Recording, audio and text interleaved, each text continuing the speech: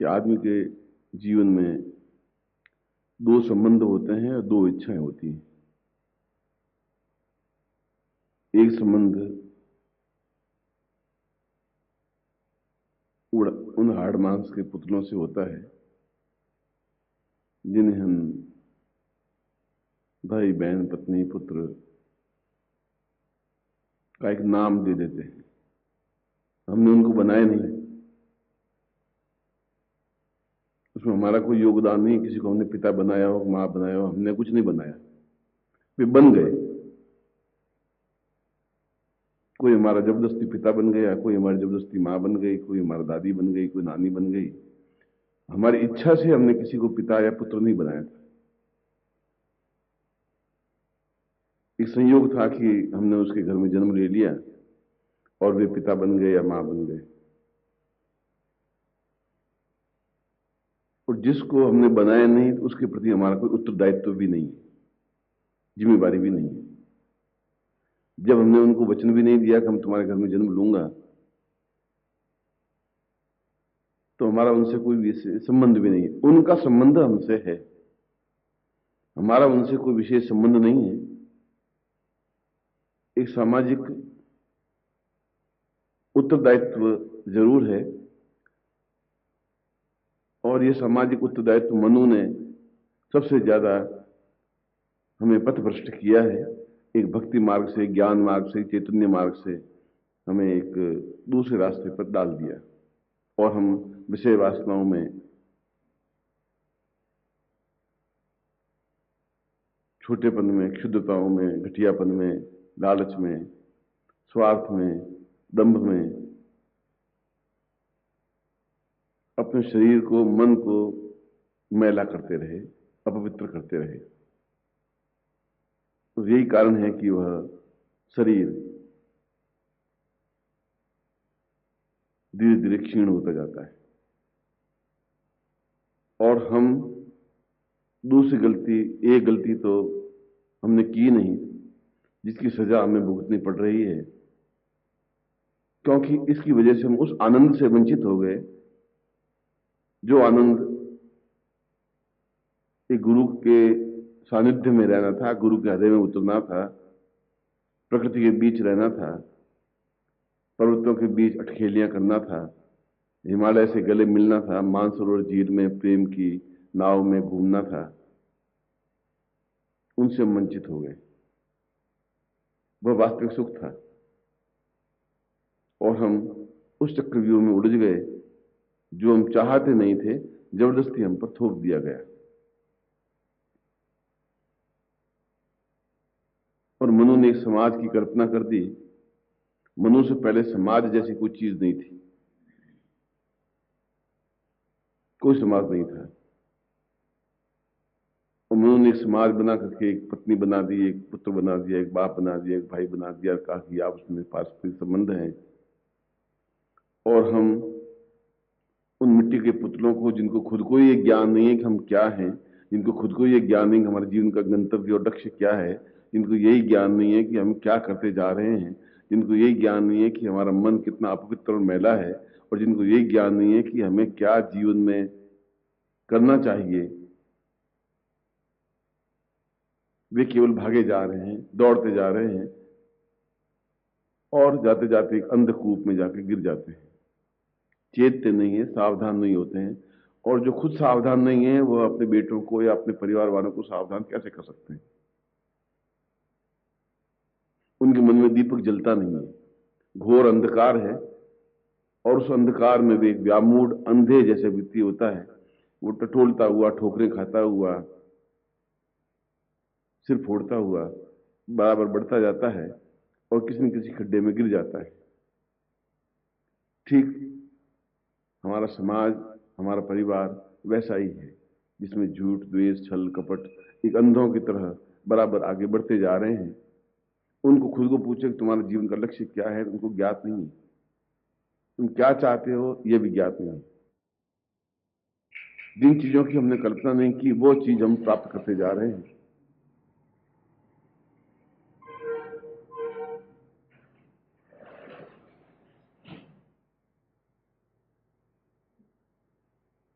और जीवन का एक दूसरा भाग तब शुरू होता है जब आदमी विवेक पैदा होता है, जब पुण्योदय पैदा होता है, जो कई जन्मों के पुण्य उदय होते हैं,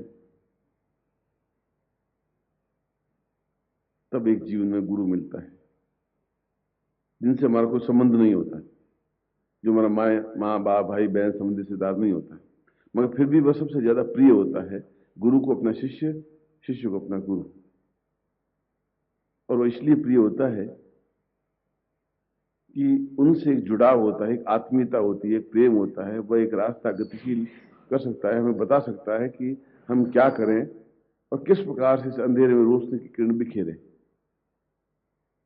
जीवन को आलोकित कैसे करें, जीवन को उन्नतिशील कैसे करें। और लड़का ने यही किया। उसने कहा कि हम कितना सोना खाएंगे, चांदी कितनी खाएंगे, खा ही नहीं सकते, ऑपरेशन हो जाएगा। हम भोजन कितना करेंगे, 20 रोटी खा नहीं सकते। जब जीवन इतना ही है कि इससे ज्यादा जीवन पचा नहीं सकता, तो हम इसके लिए क्यों भाग रहे हैं? क्या कोई ऐसा क्षण आ सकता है कि हम भूखों मर जाएंगे? ऐसा तो जीवन में क्षण आएगा ही नहीं, क्योंकि संसार में ऐसा कोई पक्षी, मनुष्य तो बहुत अलग बात है, कोई पक्षी रात को भूखा नहीं सोता। ये पक्षी भी भूखे नहीं सो सकते, हम भूखे कहां से सोएंगे? तो रही बात पत्नी की, यह एक मोह है जो शादी नहीं करते हैं। वे सोचते हैं हाय शादी कर लेते तो शायद बहुत कुछ उपलब्धि कर लेते। जिन्होंने शादियां की उनकी उपलब्धियों को आप देख लें। अगर वे महान बन गए हों, हिमालय के शिखर बन गए हों, दिव्य बन गए हों, उदात्त बन गए हों, पूरे भारतवर्ष में उनका नाम हो गया हो, उन्होंने कुछ एक अन्वेषण कर दिया हो, उन्होंने कुछ ऐसी उपलब्धि प्राप्त कर ली हो जिस पर देश गर्व कर सके, तो हम एक ही जगह 2 4 6 शादियां भी कर सकते हैं। हमारे पूरे परिवार में, आसपास वातावरण में, पड़ोसियों में आप देख लें कि क्या किसी ने कुछ प्राप्त किया? मुझे तो रोज जितने मिलते हैं वे सभी इसी बात का रोना रोते हैं कि हम परिवार से दुखी हैं, अपने पिता से दुखी हैं, माँ से दुखी हैं, घर से दुखी हैं, अपने आप से दुखी हैं, तनावग्रस्त हैं।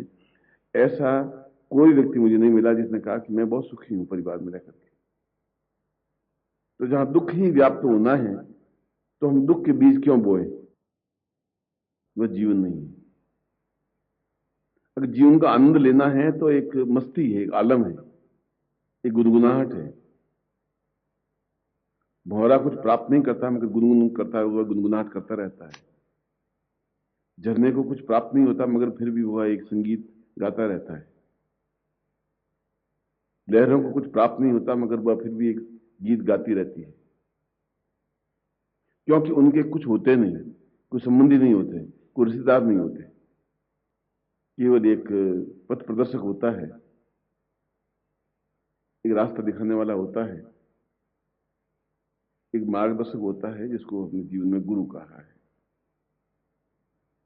और वो गुरु परीक्षा कब ले लेता है, कैसे ले लेता है, किस प्रकार से ले लेता है, इसका कोई स्कूल नहीं है, क्लास नहीं है, 6 बजे घंटी बजी आप क्लास में बैठे और परीक्षा हॉल में बैठ गए, ऐसा कुछ नहीं है। वह किसी क्षण चलते फिरते उठते बैठते परीक्षा ले लेता है और अपनी सतर्क आंखों से देखता रहता है कि इसके मन में कितने कुतर्क, कुविचार और किस प्रकार से छल छद्म है और किस प्रकार से मुझे हानि पहुंचाने की चेष्टा कर रहे हैं या अपने आप को पथभ्रष्ट कर रहे हैं। जो बोलता कुछ नहीं, उसमें इतनी क्षमता होती है कि भगवान का कठोर दंड उसके ऊपर बहुत जल्दी गिरता ही है, बर्बाद कर देता है उसको। जो जीवन बनाने चला था वह जीवन अपने आप में विनाश कर देता है, समाप्त कर देता है। रोगी, ग्रसित, परिवारहीन और नाना व्याधियों से युक्त। जब हाथ में दीप स्तंभ नहीं है, जब हाथ में दीपक नहीं है, जब हाथ में रोशनी नहीं है, जब हम उस चक्र में उलझते जा रहे हैं जो चक्र हमारा है ही नहीं, वे हमसे एक उम्मीद रखते हैं क्योंकि उनका स्वार्थ है। रोज सैकड़ों बेटे मरते हैं, उनके पीछे वो पागल नहीं होते, 2 4 दिन रोते हैं। रोज सैकड़ों पिता मरते हैं, रोज सैकड़ों माँ मरती हैं, रोज सैकड़ों पत्नियां मरती हैं, रोज सैकड़ों पति मरते हैं। कॉन्शियस के पीछे समाप्त हुआ एक भी उदाहरण नहीं है पिछले 200 साल के इतिहास में। और जीवन यथावत गतिशील होता रहता है। तो जीवन का आनंद नहीं, जीवन का आनंद तो यह प्रातःकालीन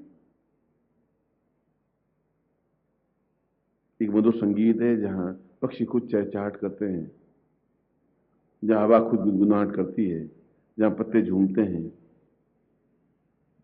जहां बसंती हवा बहुत कुछ कहती जाती है, और प्रकृति का प्रत्येक पौधा, प्रत्येक फूल, प्रत्येक पत्ती एक नवीन उमंग के साथ में एक गुणगान करती रहती है। यदि आप उन गुनगुनाहट को सुन सकें और सुनने के आपके पास कान हो, तो उनके पास गुरु शब्द के अलावा और कुछ नहीं होता।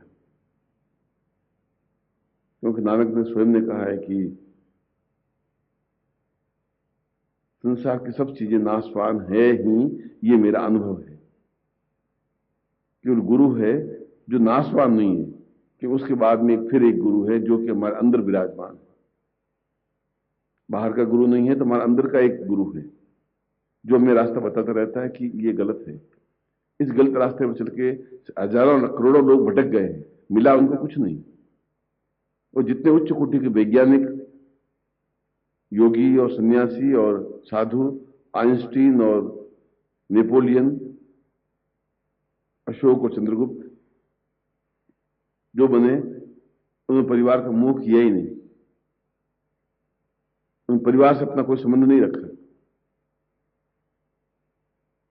उनको ये ज्ञात नहीं था कि मेरी कोई पत्नी है, शादी की, उनको ये ज्ञात नहीं मेरी पत्नी है, एक पुत्र है, एक बंधु है, एक बांधव है।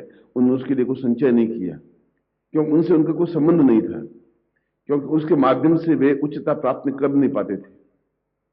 केवल उच्चता प्राप्त कर पाते हैं अपने अंदर के उस गुरु से, और बड़े सौभाग्यशाली होते हैं जिनको सजीव गुरु मिल पाते हैं।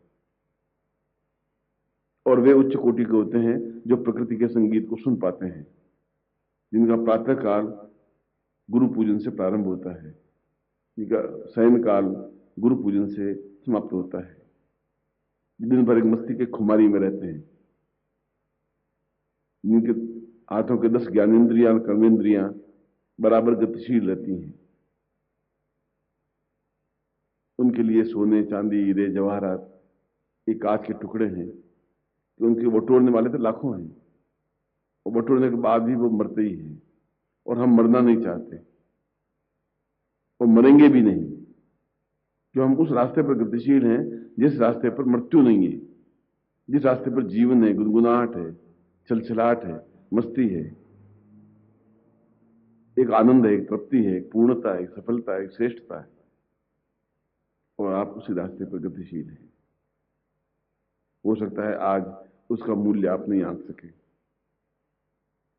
हो सकता है कि आपके अंदर अभी मैल हो सकता है आपने अपने चित्त को निर्मल नहीं किया हो सकता है आप छल करके अपने आप को महान समझते हो, मगर आपका छल, आपका झूठ कोई सतर्क निगाहों से देखने वाला बराबर आंकता रहता है, भांपता रहता है। वो नहीं बोलता, इसका मतलब ये नहीं उसको ज्ञात नहीं है।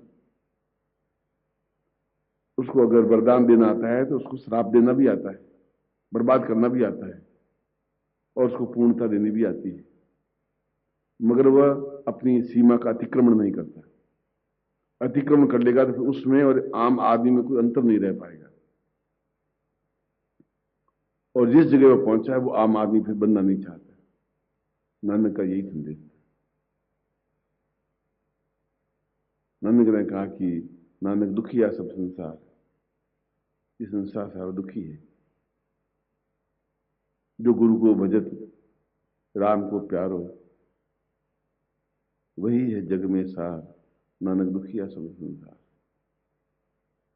जो गुरु को भजता है, हरदम गुरु को स्मरण रखता है, जिनकी उंगलियां गुरु के कार्य में व्यतीत होती हैं, जिनकी आंखें गुरु को देखने के लिए तरसती हैं, जो गुरु को देखते ही होठों पर मुस्कुराहट आ जाती है, जो गुरु के चरणों में अपने आप को समर्पित कर देता है, सुख उसको कहते हैं, आनंद उसको कहते हैं, तृप्ति उसको कहते हैं, पूर्णता उसको कहते हैं, दिव्यता उसको कहते हैं। और यह है तो आप उस एक्सपेरिमेंट करके देखें कि उसमें एक आनंद है, तृप्ति है, और फिर अपने दूसरे लोगों को भी देखें। एक बार घर जाके देखें कि वे लोग कितने दुखी हैं, कितने व्याकुल हैं, उनको पूछिए कि आपको कोई तकलीफ तो नहीं है, तो आपको 50 तकलीफें बता देगा। और आप कहेंगे मेरे पास तो कोई तकलीफ है ही नहीं, मैं तो मस्ती में हूं, मुझे कोई चिंता है ही नहीं, आराम से सुबह उठता हूं, स्नान करता हूं, भगवान के भजन से काम शुरू करता हूं, दिन भर मस्ती के आलम में गुदगुदाता रहता हूं और शाम को चादर तान करके आराम से सो जाता हूं। इससे बड़ा सुख जीवन का कुछ है ही नहीं। उसमें कर्म भी है और कार्य भी है। ये आपका सौभाग्य है, ये मेरा सौभाग्य है कि आप में धीरे धीरे आलस्य कम होता जा रहा है। मैं ऐसा नहीं कहा कि आपका आलस्य समाप्त हो गया है। जिसका आलस्य समाप्त हो जाता है उसके दिन और रात दोनों समान हो जाते हैं। फिर रात नहीं रहती, फिर दिन भी नहीं रहता है, फिर 24 घंटे उसके होते हैं। वो सोचता है कि शरीर तो घिसता रहता है, इस शरीर का मैं ज्यादा से ज्यादा उपयोग कैसे करूं, क्या करूं, किस प्रकार से अपने कार्य को पूर्णता दूं, जो मुझे कार्य सौंपा है उस कार्य को मैं संपन्नता कैसे दूं। क्योंकि बैठ करके, रो करके, खा करके, नींद लेकर के भी उस कार्य को संपन्न कर सकता हूं, मगर वह तो एक मृत्यु है। नींद अपने आप में आधी मृत्यु है, आराम अपने आप में संपूर्ण मृत्यु है। यदि आप सोएंगे, आराम करेंगे, तब भी वैसा ही सांस चलेगा। जब आप काम करेंगे तो शरीर वैसा भी चलेगा। काम से शरीर घिसता नहीं है, आराम से शरीर बढ़ता नहीं है। ये हमारे मन के एक मनोभाव है, एक न्यूनता है, एक घटियापन है, जिनसे हम उबर नहीं पाए। जब उनसे नहीं उबरते तो हमारा मन भी शुद्ध नहीं हो पाता। मन से शुद्ध होकर के आत्मलीन हो जाने की क्रिया उस लड़का नाम में थी जिसने गुरु के चरणों में अपने आप को रख दिया और आज वह प्रसिद्ध हो गया। उसका नाम हमारे होठों पर आ गया। ये छोटा सा प्रसंग है, मगर जीवन का एक सारभूत प्रसंग है। एक तथ्य है कि हमारे जीवन का उद्देश्य, लक्ष्य क्या है और क्या हम लक्ष्य की ओर बढ़ रहे हैं या खड़े हैं, क्या पिछड़ रहे हैं, क्या हम दौड़ रहे हैं। हमारे जीवन का लक्ष्य को प्राप्ति के लिए समय कम बचा है और हम उसका कैसे उपयोग कर पा रहे हैं। ये चिंतन, ये विचार, मैं आपको देखूं और आपके चेहरे पर मुस्कुराहट हो, आप मुझे देखें और मन में हर्ष उल्लास हो, आनंद और उमंग हो, बस जीवन का सारभूत तथ्य है। ऐसा ही जीवन आपको मिले, मैं ऐसा ही आपको आशीर्वाद देता हूं और कल्याण कामना करता हूं और प्रतिक्षण आपकी मुस्कुराहट के इंतजार करता रहता हूं। एक बार फिर आपको जैसे आशीर्वाद।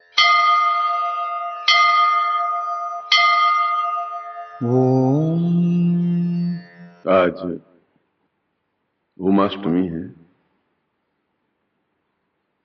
और त्रेता युग का प्रारंभ दिवस है। व्यक्ति या शिष्य और गुरु का पारस्परिक संघर्ष पूरे जीवन भर चलता रहता है, क्योंकि गुरु बनने की क्रिया अपने प्रयोगों से या अपने प्रयत्नों से संभव नहीं हो पाती। यह तो कई कई जन्मों के कार्य, पुण्य होते हैं, तो व्यक्ति उस पद पर आसीन होता है जिसको गुरु शब्द से संबोधित किया गया है। इसलिए कुछ ग्रंथों को पढ़ लेने से आदमी पंडित बन सकता है, अच्छा प्रवचन देने से एक वक्ता बन सकता है, कथावाचक बन सकता है, अच्छी भीड़ इकट्ठे करने वाले व्यक्ति को एक सभा योजक कह सकते हैं, परंतु गुरु नहीं कहता। रामकृष्ण परमहंस को भी जीवन में गुरु नहीं कहा गया, इसलिए कि उनमें गुरुत्व जैसी कोई चीज थी नहीं। वे काली के उपासक थे और काली को साक्षात भी उन्होंने किया था, मगर फिर भी कहीं पर भी उनका नाम के आगे गुरु शब्द संबोधित नहीं किया गया। ऐसा कहकर के उस महापुरुष के प्रति मैं कोई न्यूनता नहीं बरत रहा हूं, मैं तो केवल इतिहास की पुनरावृत्ति कर रहा हूं। साधक के रूप में वे निश्चय ही श्रेष्ठ थे और पिछले जीवन के कुछ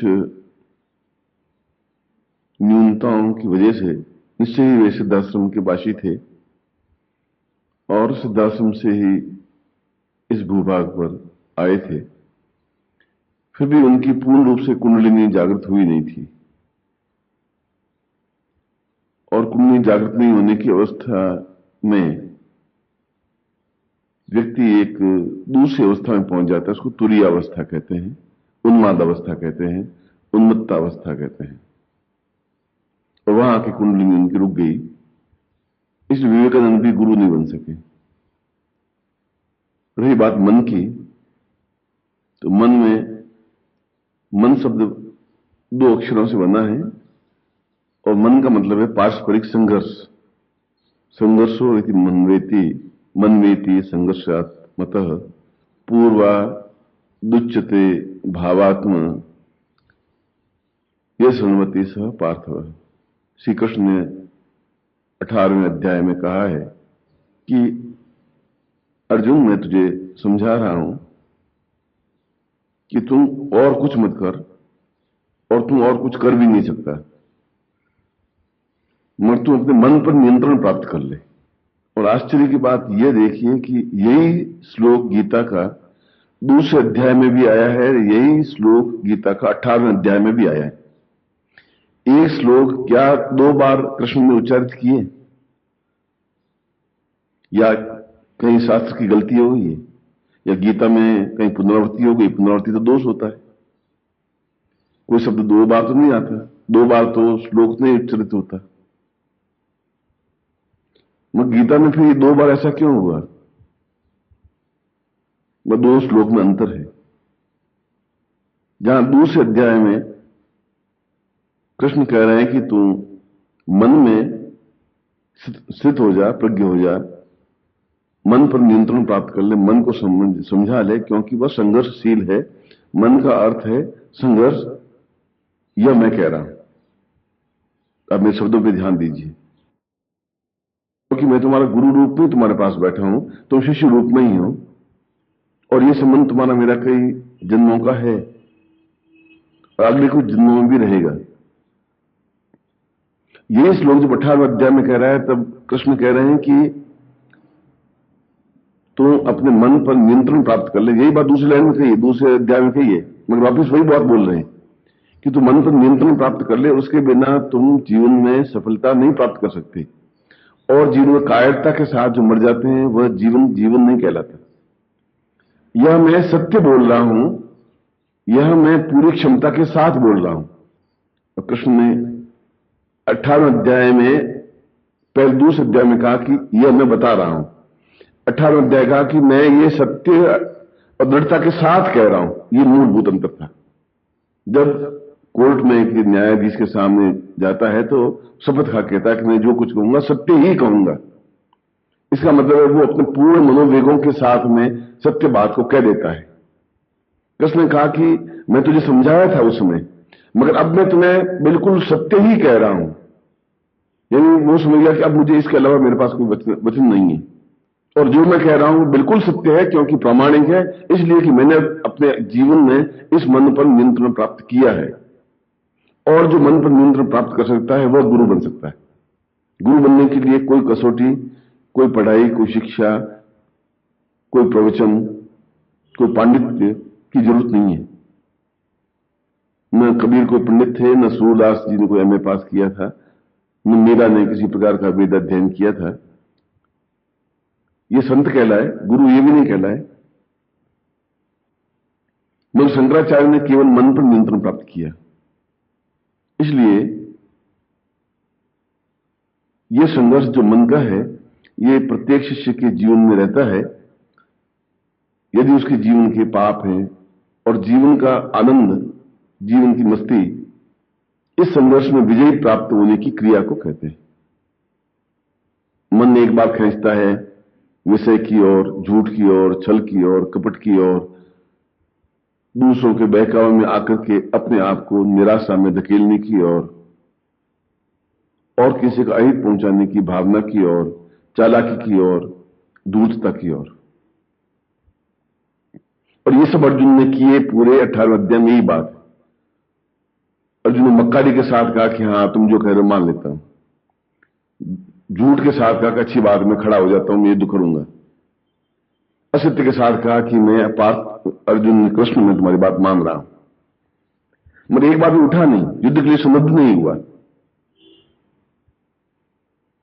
उसने वे सारे उसके अंदर जो छिद्र थे, जो प्रत्येक व्यक्ति के मन में जो छिद्र होते हैं, जिनको पाणिनि ने व्यभिचारी भाव कहा है या संचारी भाव कहा है। संचारी भाव का मतलब है जो आते हैं और जा सकते हैं, वे संचारी भाव कहे गए। और ये 33 संचारी भाव प्रत्येक व्यक्ति के जीवन में होते ही हैं। झूठ, छल, कपट, क्रोध, अहंकार, धोखा देने की प्रवृत्ति, और गुरु प्रयत्न करता है कि ये इनके संचारी भाव जो है मिट जाए।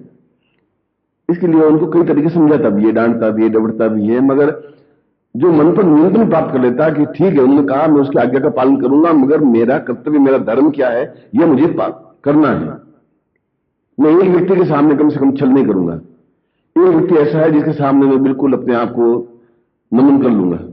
संसार में एक व्यक्ति ऐसा रखूंगा जहां मैं बिल्कुल मन पर नियंत्रण प्राप्त करता हुआ अपनी बात को स्पष्ट करने की हिम्मत रखूंगा। एक व्यक्ति ऐसा मेरी जिंदगी में होगा जहां सत्य ही बोलूंगा। कम से कम संसार में एक व्यक्ति को ऐसा चुनूंगा। और यह 33 संचारी भावों की जगह एक संचारी भाव जब उसके मन में आ जाता है, वह एक संचारी भाव मन कहलाता है। और ये मन बराबर डावाडोल रहता है। और इस डावाडोल मन की वजह से व्यक्ति एक भटकता रहता है। वह जिंदगी भर शिष्य रहता है या केवल श्रोता बनता है। आप श्रोता हैं या शिष्य हैं, मैं आज की तारीख में कुछ नहीं कर सकता। हो सकता है कि मैं कहूं और आप 15 मिनट बाद भूल जाएंगे, तो आप श्रोता हैं। मैंने कहा और आपने अंदर उतार लिया, तो आप शिष्य हैं। बहुत बारीक रेखा है दोनों के बीच में। और उस गुरु के, जो गुरु और शिष्य के बीच में एक पर्दा सा है, एक आवरण है, एक जीना सा, एक चादर है, उसको माया कहते हैं। माया का मतलब है कि गुरु भी उससे खेलता रहता है, देखता रहता है शिष्य को कि इसके 33 संचारी भावों में से कितने कम हुए। और वो कई तरीकों से उसको उकसाता भी है, देखता भी है, कोशिश भी करता है। और इस प्रकार वह चलते फिरते, उड़ते बैठते किसी विषय में परीक्षा ले लेता है। और शिष्य हर बार भ्रमित होता है और पूरा जीवन उसका भ्रमित अवस्था में बीत जाता है। जैसे राम का, कृष्ण का बीता, जैसे विवेकानंद का बीता, जैसे कबीर का बीता, जैसे सूर का बीता, जैसे तुलसी का बीता, एक भ्रमित अवस्था में बीता है। वे समझ नहीं पाए कि मुझे संत बनना है, ज्ञानी बनना है या गुरु बनना है। संत और विद्वान केवल अपना कल्याण कर सकते हैं। तुलसीदास ने कहा कि मैं अपने मन को संतुष्टि देने के लिए रामचरितमानस की रचना कर रहा हूं।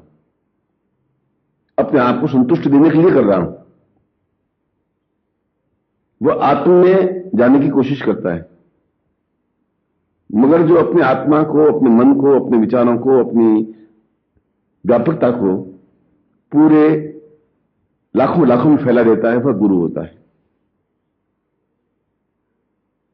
इसलिए 58 अध्याय में उस गीता में कहना पड़ा कि मैं तुम्हें सत्य कहता हूं अब जो बोल रहा हूं वो बिल्कुल सत्य है, अब तुम मेरे ऊपर भरोसा कर। अब तुम भरोसा नहीं कर रहा था, पर अब मैं जो बोल रहा हूं उसको तो मान, क्योंकि मैं सत्य ही बोल रहा हूं।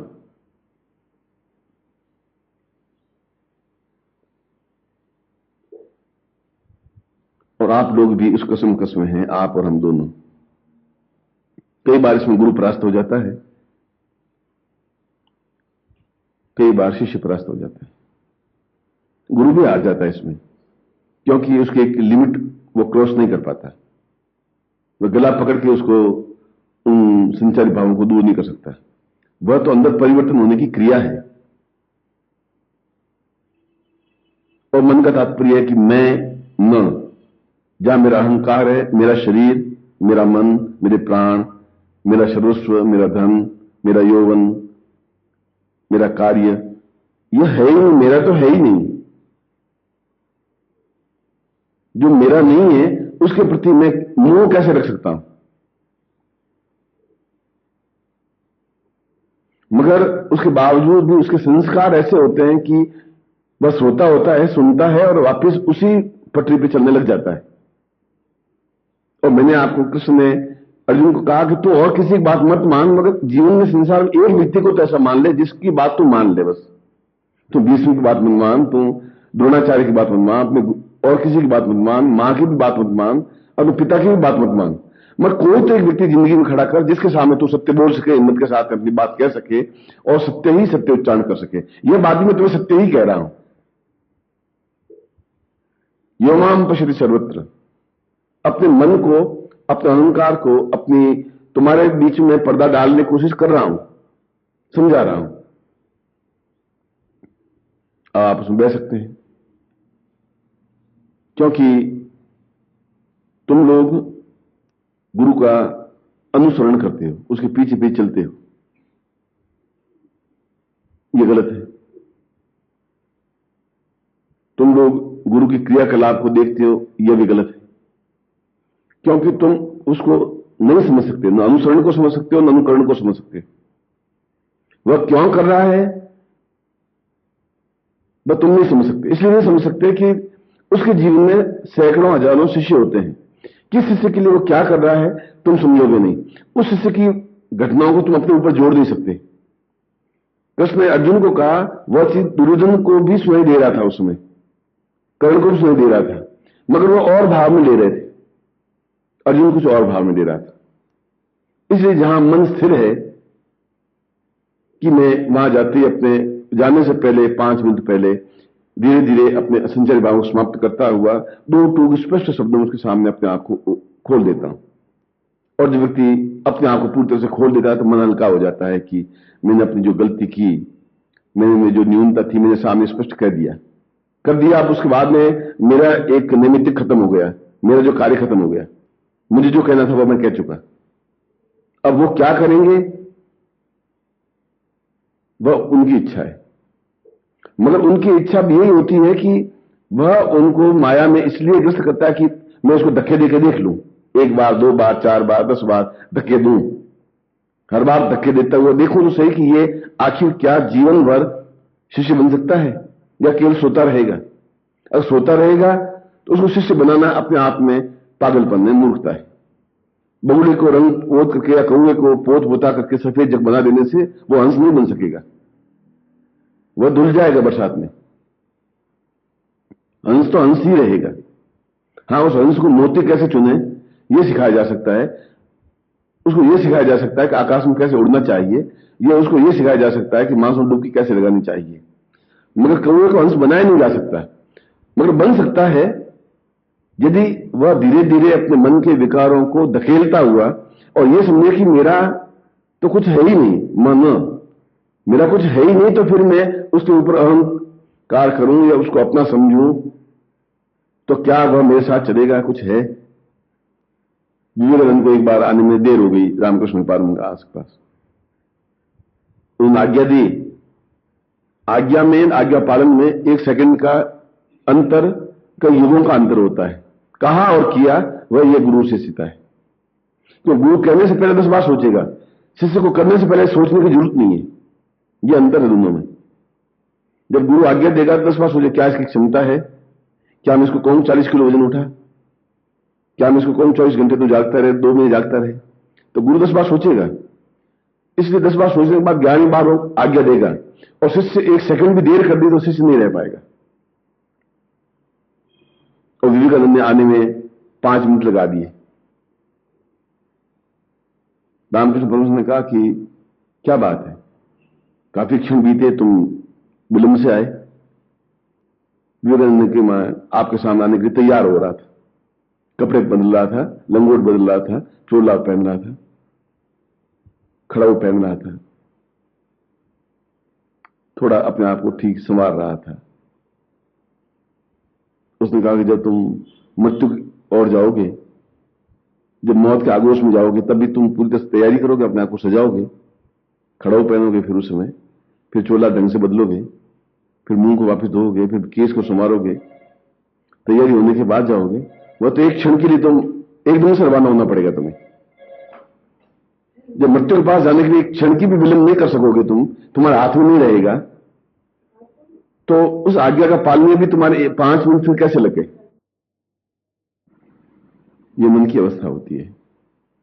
और मन की अवस्था में फिर काम, क्रोध, लोभ, मोह, अहंकार, ये विकार होते हैं, ये दुष्प्रवृत्तियां होती हैं, और ये व्यक्ति शिष्य को गुरु में समर्पित होने देते ही नहीं।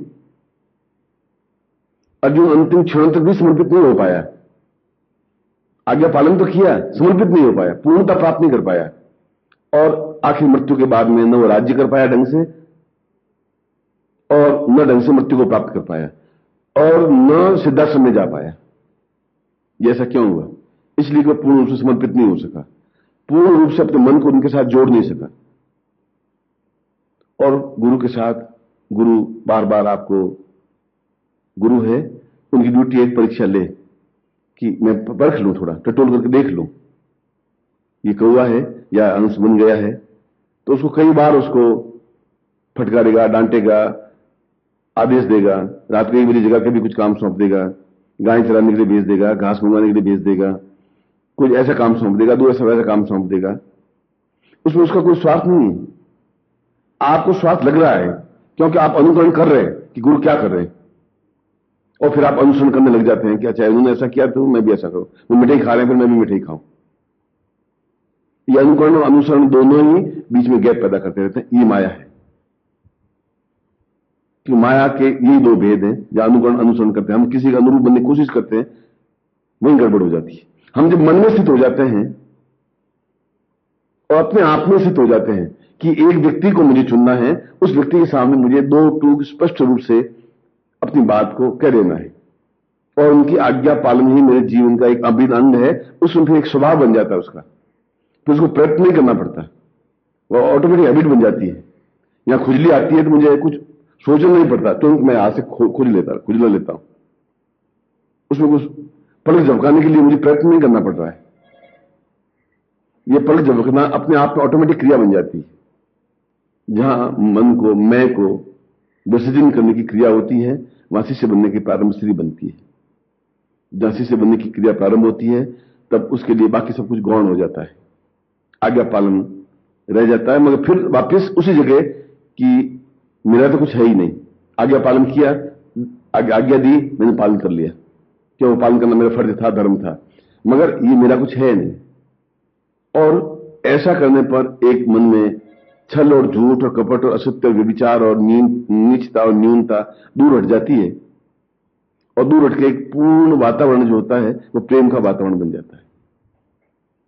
अंदर से जो भी निकलेगा वो सुगंधमय निकलेगा, एक ऐसा निकलेगा कि दूसरों को प्रेरणा देगा, दूसरों को उत्साहित करेगा, दूसरों को ऊंचा उठाने की क्रिया होगी।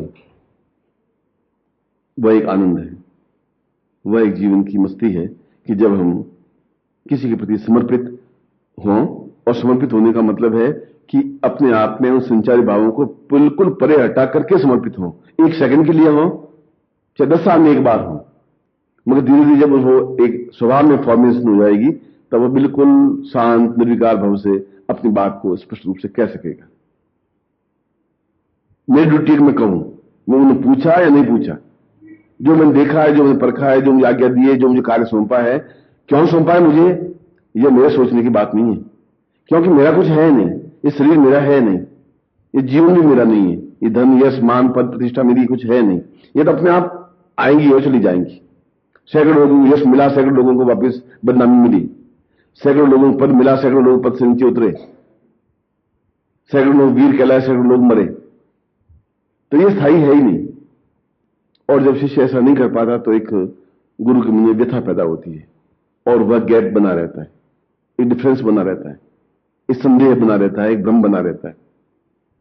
और भ्रम बना रहता है, वह फिर गुरु अपने मन में स्थित हो जाता है कि अब इनके कर्म ही ऐसे हैं, इनको करने दीजिए। मैंने अपने से प्रयत्न किया, दूसरे अध्याय से प्रयत्न करते 18 अध्याय तक ले आया कृष्ण, पूरा इतना अंतराल बिताया और यहां तो भी कहा कि मैं कह रहा हूं ये सत्य है, अब मान जाता हूं, मैं सौगंध खा के कहता हूं ये सत्य है। और तब अर्जुन खड़ा हुआ। और मैं भी आज उमाष्टमी के अवसर पर आपको ये पूर्ण सत्यता के साथ कह रहा हूं कि गुरु माया का आवरण आप पर डालेंगे, डालते हैं, डालते जाएंगे।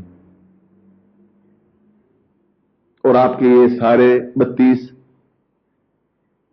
जो संचारी भाव हैं वे आज उमाष्टमी के दिन समर्पित हो जाने चाहिए, समाप्त हो जाने चाहिए, अग्नि में एक आहुति दे देनी चाहिए। और जो एक भाव रहे उस भाव को छल छद्म द्वेष झूठ कपट रहित जो अपना आत्मा है वह विसर्जित कर देना चाहिए गुरु के चरणों में, गुरु के प्रति। कोई पत्नी के प्रति समर्पित कर देता है, कोई धन के प्रति कर लेता है, मगर जीवन का आनंद प्राप्त नहीं कर पाते हो। इसलिए यह पर्व आज का दिन एक चिंतन का है, एक विचार का है, एक एहसास करने का है कि क्या मैं पूरे निश्चय के साथ सेवा कर रहा हूं या सेवा का ढोंग कर रहा हूं? क्या पूरी निश्चय के साथ आज्ञा पालन कर रहा हूं या आज्ञा पालन का ढोंग कर रहा हूं? क्या पूरी क्षमता के साथ गुरु के सामने सत्य बोल रहा हूं या सत्यवादी बनने का ढोंग कर रहा हूं? ये खुद ही विचार करें। और कभी कभी इस विचार में एक जीवन क्या 1000 जीवन बीत जाते हैं, तो कभी कुछ समय में ही वो अपने आप में पूर्ण रूप से सिद्ध प्रज्ञ हो जाता है, पूर्णता प्राप्त कर लेता है, अपने आप में लीन हो जाता है, अपने आप को विसर्जित कर लेता है। और अर्जुन विसर्जित हुआ, खड़ा हुआ, गांडीव लिया और अपने गुरु के ऊपर तीर चलाया, अपने दादा पर तीर चलाया, अपने पिता पर तीर चलाया, अपने परिवार पर तीर चलाए, क्योंकि उसको यह ज्ञान हो गया कि अब ये सत्य बोल रहे हैं, अब इसके बाद में तो कुछ भ्रम संदेह की बात ही नहीं है। अब मैं अगर युद्ध नहीं करूंगा तो फिर विजय प्राप्त नहीं कर पाऊंगा, क्योंकि ये मेरे है ही नहीं, ये मेरे साथ चल नहीं सकते। जो मेरे नहीं है उनके प्रति मोह होना भी नहीं चाहिए। 20 मुसलसैया पर पड़े हुए थे और मन में चिंतन था कि कृष्ण आए और एक क्षण के लिए मुझे मिले, और ऐसा विकल्प 3, 4, 6 दिन से चल रहा था। और एक दिन रात्रि को आधी रात के समय कृष्ण उसके पास पहुंचे। विष्णु ने कहा कि आधी रात के अवसर पर आप? उसने कहा कि तुम 6 दिन से मुझे याद कर रहे हो और तुम्हारा मन छटपटा रहा है, न तुम जीवन जी पा रहे हो न तुम मृत्यु को जी पा रहे हो, दोनों के बीच में तुम झूल रहे हो, इसलिए कि तुम कभी मन स्थिति में आ ही नहीं पाए, एकाग्र नहीं हो पाए, कभी मुझे समझा ही नहीं, कभी मुझ में विसर्जित हुए ही नहीं, कभी मुझ में केंद्रीभूत नहीं हो पाए, कभी अपने आप को समर्पित किया ही नहीं। इसलिए वह सब दारुण व्यथा तुम झेल रहे हो, क्योंकि इस पूरे परिवार के तुम एक पितामह हो, मगर वह एक ढोंग, वह छल, वह झूठ, वह पाखंड तुम्हारे साथ चलता रहा और यह दारुण व्यथा तुम्हें भोगनी पड़ रही है। भीष्म की आंखों में आंसू आ गए कि वास्तव में मैं धर्म की आड़ लेता हुआ झूठ बोलता रहा, द्रौपदी का चीरहरण होता रहा और मैं आंखें नीचे झुकाए बैठा रहा, दुर्योधन कुटिल नीति अपनाता रहा और मैं चुपचाप सुनता रहा, और मैं आवरण सत्य का लेता रहा कि मैं सत्य बोल रहा हूं या मैं पांडवों की ओर हूं या पांडवों का नमक खाया है, मगर कभी आपके प्रति पूर्ण रूप से समर्पित नहीं हो पाया। मगर अब क्रिया क्या है, अब क्या करूं? क्या मैं इस प्रकार से दारुण व्यथा झेलता रहूं? और उसी समय 1 सेकंड में कृष्ण ने अपने पैर का अंगूठा उनके ललाट पे लगाया और आधे सेकंड के बाद वापस मुड़ के रवाना हो गए। उसने कहा भीष्म मुझे वापस कल की तैयारी करनी है, पांडवों की व्यूह रचना करनी है, क्योंकि मुझे युद्ध में विजय उनको दिलाना है। तो जब तक वह दीक्षा नहीं हुई तब तक वो मन को एक नियंत्रित नहीं कर पाया। पर जब देखा कि अब उनका अहंकार विगलित हो गया है, तब कृष्ण पहुंचे। अब ये पश्चाताप कर रहा है, अब 6 दिन से इनकी आंख में आंसू बह रहा है।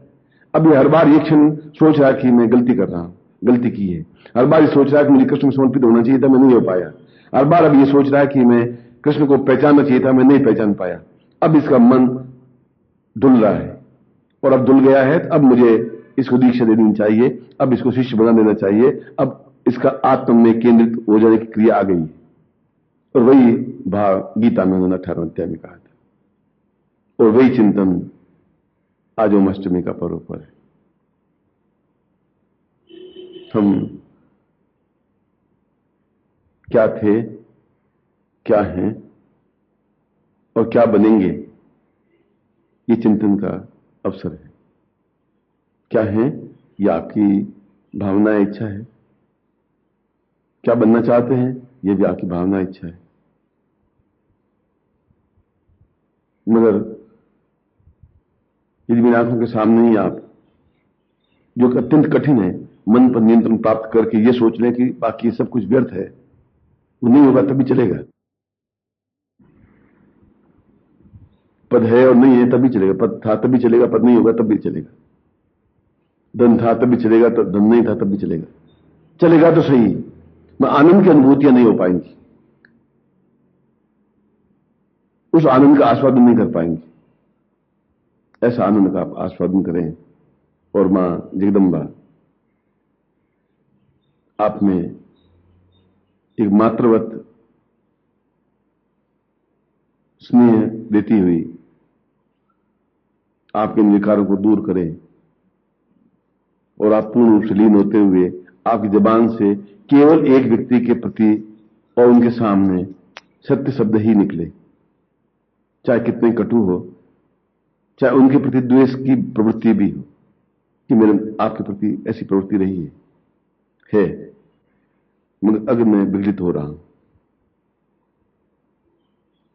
अब मैं अपने आप में बहुत पश्चाताप कर रहा हूं। जिस क्षण ऐसा शुरू हो जाता है, और जब आंसू के द्वारा ये सब संचार भाव जुड़ने लग जाते हैं, तब कृष्ण अपने पैर के अंगूठे से उसको स्पर्श कर पाते हैं। तब वह अपने आप में पूर्णता प्राप्त कर पाता है, तब वह अपने आप में सीधा समझा पाता है, तब वह जीवन का आनंद ले पाता है। और यह संदेश अष्टमी का है, और अपने आप के सारे अहंकार, झूठ, छल, कपट को समर्पित करते हुए, वो में जलाते हुए अपने स्थितप्रज्ञ हों, और पूर्ण क्षमता के साथ कार्य करते हुए एहसास कर सके कि किसी व्यक्ति के संपर्क में ये व्यक्तित्व था। मैं आपको ऐसे आशीर्वाद देता हूं।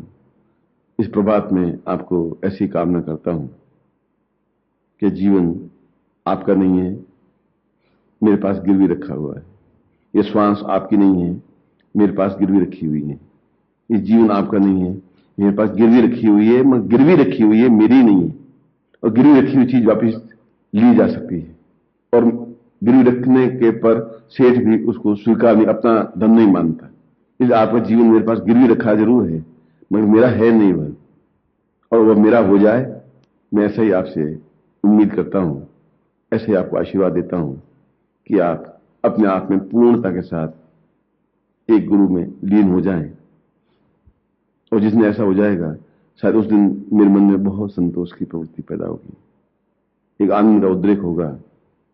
और जब नीचे पूरे परिसर में तुम्हारे चेहरे से, भावनाओं से, विचारों से, शब्दों से, जबान से एक प्रेम में वातावरण बन सकेगा, शायद उस दिन मुझे सबसे ज्यादा एक आनंद और श्रेष्ठता मिल पाएगी।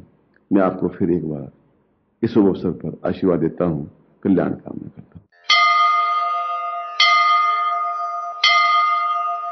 ओम